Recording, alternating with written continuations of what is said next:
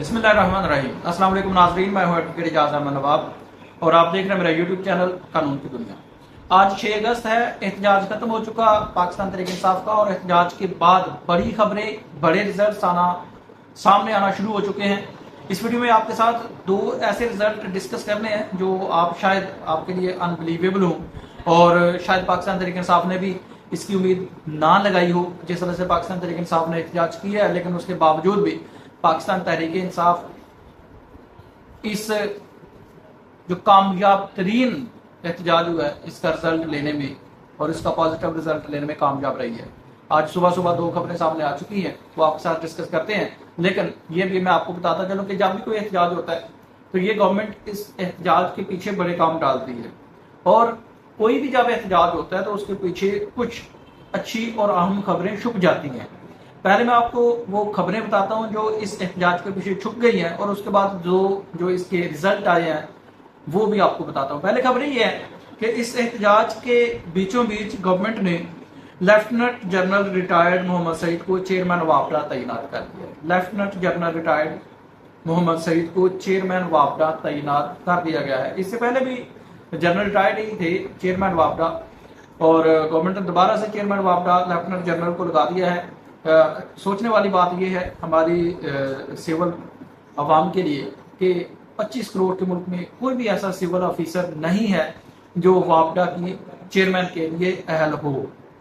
और उसके बावजूद भी देखते जाएं, अगर आप हिस्ट्री निकाल कर देखें, अगर आप रिकॉर्ड चेक करके देखें तो इन 78 सालों में, या जब से ये वापडा बना है, वापडा को बने वैसे 78 साल नहीं हुए, जब से ये वापडा बना है इसके कितने रिटायर्ड जो आर्मी ऑफिशियल्स रह चुके हैं या आर्म्ड फोर्सेस से तल्लुक रखने वाले लोग इसके चेयरमैन रह चुके हैं। और इसका खाता देखें, क्या कोई इस काबिल नहीं आया है?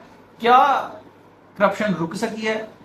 क्या ओवर बिलिंग रुक सकी है? क्या कोई ऐसा निज़ाम मुतारफ करवाया गया है कि ये जो वापडा है ये सारे की बजाय मुनाफा में जाए और प्राइवेटाइजेशन की बातें ना हों? उसके बाद है जी अगला, हाजिर सर्विस मेजर जनरल के ओहदा के अफसर को एडिशनल सेक्रेटरी दाखिला भी तैनात कर दिया गया है।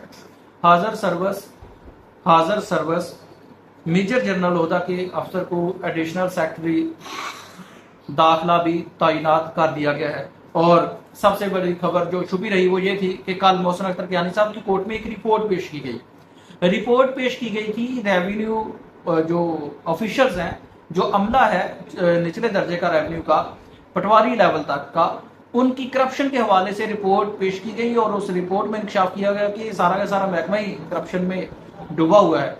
मोहसिन अख्तर कियानी साहब ने एसीडीसी को अपनी कोर्ट में बुलाया, पर्सनली बुलाया, और साथ में ये रिमार्क्स दिए कि हमारे इदारे में कौन कौन सा जज करप्ट है ये सारा मुझे पता है। ये मोहसिन अख्तर कियानी साहब के रिमार्क्स थे कि हमारे इदारे में कौन कौन सा जज करप्ट है मुझे पता है, और इन एसीडीसी को क्यों नहीं पता कि यहाँ पर कौन कौन सा करप्शन कर रहा है और कौन कौन नहीं कर रहा। फिर उन्होंने कहा कि इनको सारा पता होता है लेकिन ये एक्शन नहीं लेते। तो ये एक बहुत बड़ी खबर थी मोहसिन अख्तर कियानी साहब की तरफ से। अब जो दो रिजल्ट आए, पहला नंबर 5 अगस्त का जो एहतजाज हुआ है, उसके बाद एक आर्मी की तरफ से DGISPR साहब की तरफ से एक इंटरव्यू सामने आया जो उन्होंने दी इकोनॉमिस्ट न्यूज़पेपर को दिया है, और उसमें उन्होंने कहा है कि आर्मी चीफ साहब को सदर बनाने की जो बातें हो रही हैं ये बिल्कुल गलत है, ऐसी कोई बात नहीं है, आर्मी चीफ साहब सदर नहीं बन रहे।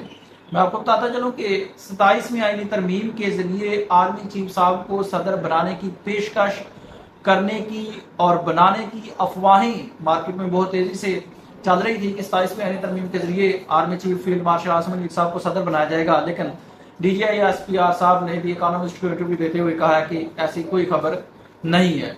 उसके बाद मैं आपको एक और बात बताता चलूं कि आज 6 अगस्त है। कल 5 अगस्त को जब पाकिस्तान तहरीक इंसाफ एहतजाज कर रही थी तो उस शाम को एक ऐलान हुआ। ऐलान ये हुआ कि आज 6 अगस्त को अडयाला जेल में तोशा खाना 2 केस की समाअत होगी। उस समाअत में इमरान खान और बुशरा बीबी को पेश किया जाएगा। और हैरान कुन तौर पर जब इतना बड़ा एहतजाज हुआ तो एहतजाज के दूसरे ही दिन इमरान खान, यानी कि इमरान खान को जेल में 2 साल मुकम्मल होने के अगले ही दिन तोशा खाना 2 केस की समाअत करनी, और वहां पर इमरान खान के वकला की ज़ाहिर सी बात है जब समाअत होगी तो वकला की मुलाकात होगी, जब मुलाकात होगी तो इमरान खान का बड़ा पैगाम भी सामने आएगा। اب دیکھتے ہیں کہ کیا پیغام آتا ہے. اب تک کے لیے اتنا ہی. اپنی رائے کا اظہار ضرور کیجیے گا. شکریہ. اللہ حافظ.